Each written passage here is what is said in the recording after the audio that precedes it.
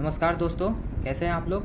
तो हम लोग कल के क्लास में देखे थे कि हमें ज्योग्राफी में किस किस टॉपिक से कितना पढ़ना है, ठीक है। और हम लोगों ने कल एक टॉपिक भी डिस्कस किया था, ठीक है।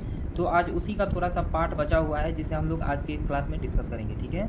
और आज हम लोग बेसिकली जो दो टॉपिक है उस पर डिस्कस करेंगे, इस कर्क रेखा पे और ये भारतीय मानक समय रेखा, ठीक है, इंडियन स्टैंडर्ड टाइम लाइन के बारे में हम लोग आज डिस्कस करेंगे, ठीक है। तो आज ये ज्योग्राफी का दूसरा क्लास है, ठीक है। अगर आप लोग फर्स्ट क्लास नहीं देखे हैं तो फर्स्ट क्लास देख लीजिए, ताकि फ़ायदा आप लोग को ये होगा कि सेकंड क्लास को समझने में ज़्यादा आसान होगा, ठीक है। और फर्स्ट क्लास में जितने भी टॉपिक बताए गए हैं उसमें से 2 या 3 क्वेश्चन निश्चित तौर पे आने ही वाले हैं, ठीक है। कितने लाइन्स होते हैं, ठीक है, वो लाइन कितने राज्यों से होकर गुजरी हुई है, ठीक है। तो चलिए आज का ये क्लास स्टार्ट करते हैं, ठीक है। तो आज का जो पहला टॉपिक है वो क्या है, भारतीय मानक समय रेखा, ठीक है, इंडियन स्टैंडर्ड टाइम लाइन, ठीक है।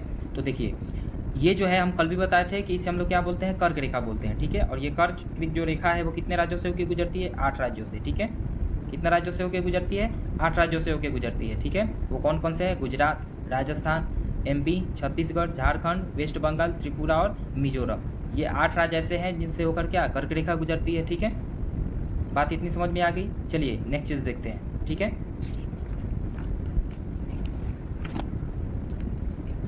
ठीक है, देखिए हम पॉइंट वाइज इसलिए लिखते हैं ताकि अगर आप लोग नोट्स भी बनाए तो इस चीज़ का नोट्स बनाए, ठीक है। वहाँ जो फिगर हमने बनाई थी वो आप लोग को समझाने के लिए फिगर बनाया था, ठीक है। अब ठीक है, चलिए तो देखते हैं, ठीक है। कर्क रेखा है, ठीक है, या ट्रॉपिक ऑफ कैंसर, ठीक है। आज हम लोगों को इसके बारे में पढ़ना है, ठीक है।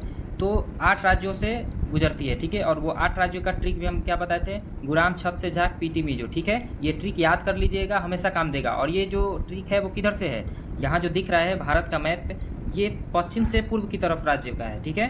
गु से गुजरात, रा से राजस्थान, ठीक है। यहाँ गुजरात है और यहाँ राजस्थान है, ठीक है, जो कि क्या कर्क रेखा को काटती है, ठीक है। तो ये जो ट्रिक है ये आप लोग याद कर लीजिएगा। हो सकता है कि पूछ सकता है, ठीक है, एग्जाम में क्या करे, पूछ दे कि कर्क भारत में कर्क रेखा को काटने वाली कौन सी राज्य है, ठीक है, या कर्क रेखा किन राज्यों से होकर गुजरती है, ठीक है, और पश्चिम से पूर्व की तरफ सजाएं, ठीक है। तो 8 राज्यों का नाम दे देगा इधर उधर करके, और ये पूछ सकता है, ठीक है। दूसरा पॉइंट क्या है इसमें कि भारत को 2 जलवायु कटिबंधों में विभाजित करती है। ये सबसे आज का मतलब फेवरेट टॉपिक है कि ये किस तरह विभाजित करती है, इसको हम लोग को समझना है, ठीक है। चलिए देखते हैं। ये मान लीजिए हमारा पृथ्वी है, ठीक है, ये सूरज है। अब पृथ्वी पे हर जगह तो समान तापमान नहीं है। अब समान तापमान क्यों नहीं है, क्योंकि वहाँ तक तो सूरज की किरणें बराबर नहीं पहुँचती, ठीक है। अब एग्जाम्पल हम ये ले लें कि जब सूरज सुबह में उगता है और शाम में ढलता है, ठीक है, तो उगते टाइम में और ढलते टाइम में क्या होता है, सूरज की किरणें हमारे पास तिरछी आती है, ठीक है। वही अगर हम देखें तो दोपहर के 12 और 1 बजे क्या होता है, हमारे पास किरणें सीधी आती है। तो दोपहर के 12 बजे 1 बजे क्या होता है, ज़्यादा गर्मी होता है, ठीक है। सुबह में और शाम में जब सूरज ढलने को होता है, जब सूरज उगने को होता है, उस टाइम क्या होती है, तापमान हमारे पास कम होती है, ठीक है। चलिए देखते हैं। तो जो सूरज है ये पृथ्वी के मध्य में क्या करेगी, अपनी सीधी किरणें भेजेगी, ठीक है, ध्रुव के तरफ और ध्रुव के तरफ ये क्या करेगी, तिरछी किरणें भेजेगी, ठीक है। चलिए इससे पहले हम लोग इस पृथ्वी के बारे में देखते हैं कि इसको कितने लाइन में विभाजित किया गया है, ठीक है। तो जो हमारा पहला लाइन है वो हम लोग कल भी देखे थे कि वो क्या है, हमारा भूमध्य रेखा, ठीक है। 0 डिग्री अक्षांश इक्वेटर या भूमध्य रेखा, या इसको विषुवत वृत्त भी बोलते हैं, ठीक है। ये 3 नाम से जाना जाता है, ठीक है, 0 डिग्री अक्षांश, भूमध्य रेखा, या इसी को इंग्लिश में इक्वेटर बोलते हैं, या विषुवत वृत्त, ठीक है। ये जो सेंटर में होता है लाइन, ठीक है। ठीक अगर हम उसके ऊपर जाते हैं तो साढ़े 23 डिग्री नॉर्थ, ठीक है, अक्षांश, या इसको कर्क रेखा बोलते हैं, या इसको ट्रॉपिक ऑफ कैंसर बोलते हैं, ठीक है। ये याद रखना है, ठीक है, क्योंकि आज हम लोग को इसी पॉइंट पे डिस्कस करना है, ठीक है। क्योंकि यही क्या है, भारत के मध्य से होकर गुजरता है, क्योंकि भारत हमारा यहाँ पे है, नीचे से हल्का सा है, यानी आधा पार्ट भारत का नीचे है और आधा पार्ट इसी अक्षांश साढ़े 23 डिग्री अक्षांश यानी कर्क रेखा से क्या है, ऊपर में है। इसके ऊपर जाएंगे तो साढ़े 66 डिग्री क्या है, नॉर्थ, क्या है, आर्कटिक वृत्त, ठीक है, क्या है, आर्कटिक वृत्त है, ठीक है। ठीक हम उसी के तरह नीचे आएंगे तो 0 डिग्री से जस्ट नीचे आएंगे तो साढ़े 23 डिग्री साउथ में क्या है, मकर रेखा है, ट्रॉपिक ऑफ कैप्रिकॉर्न है, ठीक है।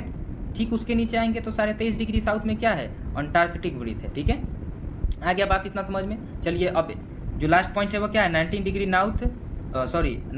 नॉर्थ में क्या है, ध्रुव, और 90 डिग्री साउथ में क्या है, ये भी ध्रुव है, ठीक है। यानी ये 90 degree south pole, 90 degree north pole, ये 2 पोल होते हैं, ठीक है, जहाँ पे क्या होती है, सूरज की किरणें बिल्कुल नहीं पहुँच पाती, ठीक है, कुछ दूर तक बिल्कुल नहीं पहुँच पाती है, और जहाँ पहुँचती है वहाँ 6 मंथ दिन होता है और 6 मंथ रात होता है, ठीक है।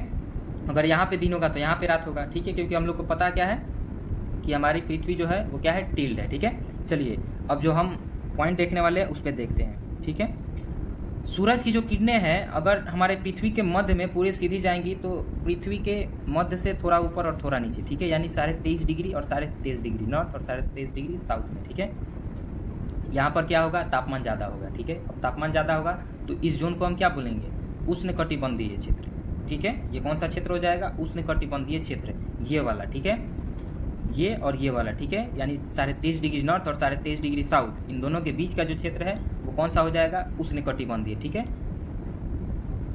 ठीक उसके ऊपर हम जाएंगे तो जहाँ पे सूरज की किरणें बहुत कम जा रही है वो कौन सा हो जाएगा, शीतकटिबंधीय हो जाएगा। ठीक है, शीतकटिबंधीय हो जाएगा, इसको फ्रीज्ड जोन भी बोलते हैं। ठीक है, तो यहाँ पे क्या होगा, शरद होगी। ठीक है, शीत मतलब क्या होता है, सर्दी।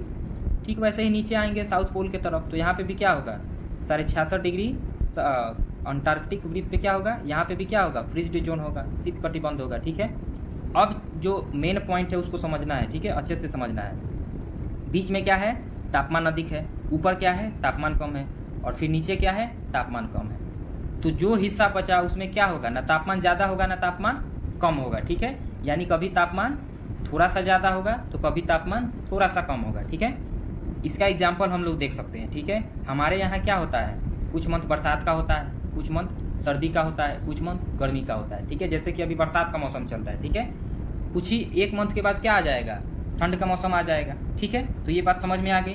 अब देखिए इसको हम लोग क्या बोलेंगे, शीत है और उष्ण है। ठीक है, शीत ऊपर है, उष्ण क्या है, बीच में है, और ये जो बीच वाला पोर्शन होगा वो क्या हो जाएगा, शीतोष्ण कटिबंधीय। ठीक है, कौन सा हो जाएगा, शीतोष्ण कटिबंध। ठीक है, ये दोनों को मिलाकर क्या बना है, शीतोष्ण कटिबंध। ठीक है, तो इतना बात समझ में आ गया। अब देखिए जो हमारा टॉपिक क्या था कि भारत को 2 जलवायु कटिबंधों में क्या करती है, विभाजित करती है। अब देखिए ये भारत का मैप है। ठीक है, और यहाँ पे क्या है, कर्क रेखा होकर के बीच से गुजरी हुई है। ठीक है, ये जो दिख रहा है वो क्या है, कर्क रेखा होकर के क्या है, गुजरी हुई है। अब देखिए जब कर्क रेखा गुजरी हुई है तो हम लोग क्या देखें, कर्क रेखा के ऊपर कौन सा है, शीतोष्ण कटिबंध, और कर्क रेखा के नीचे कौन सा है, उष्ण कटिबंध। तो बात समझ में आ गया कि ये कैसे 2 जलवायु कटिबंधों में विभाजित करती है। ठीक है, बात समझ में आ गया। चलिए अब नेक्स्ट पॉइंट इसका देखते हैं। इस पर राजधानी रांची आती है। ठीक है, इस पर राजधानी कौन सी आती है, रांची आती है। ठीक है, जो कि झारखंड की क्या है, राजधानी है। ठीक है, यानी ये बोल रहा है कि इस कर्क रेखा से होकर जब गुजरती है तो क्या इस पर कोई राजधानी भी आती है। क्वेश्चन ये पूछ सकता है कि भारत के मध्य से होकर गुजरने वाली कर्क रेखा किस राजधानी से होकर गुजरती है। ठीक है, तो आंसर क्या होगा, रांची। ठीक है, जो कि झारखंड की क्या है, राजधानी है। ठीक है, नेक्स्ट पॉइंट क्या है कि कर्क रेखा को माही नदी 2 बार काटती है। ठीक है, जो कि कहाँ है, राजस्थान में। ठीक है, इस चीज़ के लिए एक फिगर बनाए हुए हैं, उस चीज़ को दिखाते हैं हम। देखिए ये जो नदी है वो क्या है, माही नदी है। ठीक है, और ये जो रेखा है ये क्या है, कर्क रेखा है। तो देखिए क्या है कि यहाँ से होते हुए ये क्या है, ऐसे गई है और ऐसे आती है। ठीक है, और ये क्या की है, काटी हुई है। ठीक है, तो बात समझ में आ गया कि ये माही नदी है और कर्क रेखा को कितने बार काटती है, 2 बार काटती है। ठीक है, राजस्थान से होते हुए जाती है तो एक बार, और फिर जब गुजरात से होते हुए जब जाती है तो एक बार काटती है, और राजस्थान से होते हुए आती है तो दूसरा बार काटती है। ठीक है, तो इतना समझ में आ गया। चलिए यहाँ तक तो क्लियर है। ठीक है, कमेंट कीजिएगा कि आप लोगों को क्लास समझ में आ रहा है कि नहीं, और ये वीडियो अपने दोस्तों के साथ भी शेयर कीजिएगा जो कि कंपटीशन की पूरी तैयारी करते हैं। ठीक है, इस चैनल पे आप लोगों को कंपटीशन से रिलेटेड हर चीज़ के बारे में क्लासेस आएंगी। ठीक है, आज शाम तक या कल तक रीजनिंग की क्लासेस आ जाएंगी, मैथ की क्लासेस आ जाएंगी। ठीक है, अब चलिए तो इतना समझ में आ गया आप लोगों को। ये ट्रिक भी था कि 8 राज्यों को कैसे याद करना है, कर्क रेखा से होकर कितने राज्य, कर्क रेखा जो है कितने राज्यों से होकर गुजरी हुई है। ठीक है, अब हम बात करेंगे कि जो हमारा टाइमलाइन है, भारतीय मानक समय रेखा। ठीक है, इस पॉइंट से कितने क्वेश्चन आ सकते हैं। ठीक है, तो पहला क्वेश्चन क्या आ सकता है कि 5 राज्यों से गुजरती है। ठीक है, क्वेश्चन ये पूछ सकता है कि भारतीय मानक समय रेखा भारत के कितने राज्यों से होकर गुजरती है, तो 5 राज्यों से होकर गुजरती है। ठीक है, इसका ट्रिक देखिए क्या है, उमा छत से उड़कर आ। ठीक है, उमा छत से उड़कर आ। ठीक है, ऊ से क्या हो जाएगा, यूपी, म से क्या हो जाएगा, एमपी, छत से क्या हो जाएगा, छत्तीसगढ़, उड़ से क्या हो जाएगा, उड़ीसा, और आ से क्या हो जाएगा, आंध्र प्रदेश। ठीक है, तो ये ट्रिक है, उमा छत से उड़कर आ। ठीक है, उमा छत से उड़कर आ, ये ट्रिक है। ठीक है, जो कि 5 राज्यों का है, जो कि इंडियन स्टैंडर्ड टाइमलाइन से होकर जो गुजरती है। ठीक है, अब देखिए ये 3 महासागरों, ठीक है, हिंद महासागर, दक्षिण महासागर और आर्कटिक महासागर, ठीक है, वो क्या होकर गुजरती है। ये जो भारतीय मानक समय रेखा है ये 3 महासागरों से होकर गुजरती है। इस चीज़ को देखते हैं अभी, ठीक है। देखिए ये हमारा कौन सा लाइन है, भारतीय मानक समय रेखा है, ठीक है, इंडियन स्टैंडर्ड टाइम लाइन, ठीक है। अब देखिए ये 3 महासागरों से होकर गुजरती है, ठीक है। पहला कौन सा है, दक्षिणी महासागर, दूसरा क्या था, हिंद महासागर, और तीसरा क्या था, आर्कटिक महासागर, जो कि यहाँ पे ऊपर में है, ठीक है। हम लोग देखते भी हैं यहाँ पे ऊपर में है, ठीक है। अब देखिए, ठीक है, तो आ गया समझ में, कितने हिंद महासागर, दक्षिणी महासागर और आर्कटिक महासागर से होकर गुजरती है।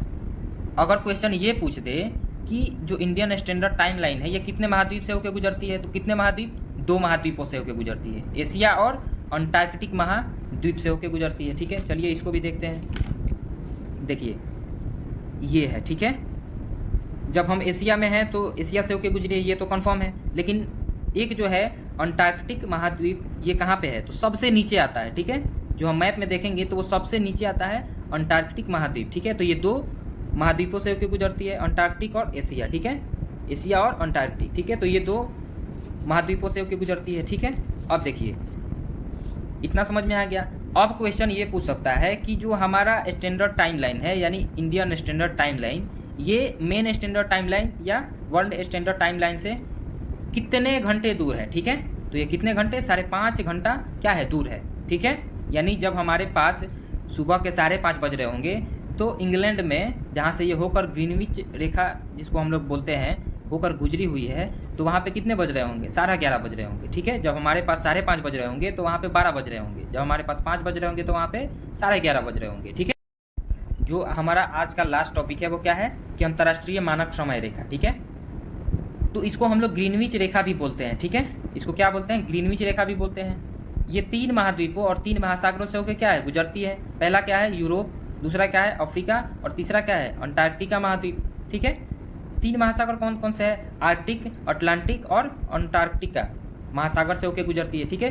तो आज का हमारा ये क्लास है, ठीक है। जो पहला क्लास नहीं देखा है वो जा करके पहला क्लास देख लो, ठीक है, ताकि ये क्लास क्या हो, अच्छे से समझ में आ जाए, ठीक है। क्योंकि पहले क्लास के बिना ये दूसरा क्लास थोड़ा सा भी समझ में नहीं आने वाला है, ठीक है। थोड़ा बहुत समझ में आएगा लेकिन पूरा का पूरा समझ में नहीं आने वाला है, ठीक है। तो मिलते हैं कल के नेक्स्ट क्लास में, ठीक है। तब तक के लिए टाटा बाय बाय।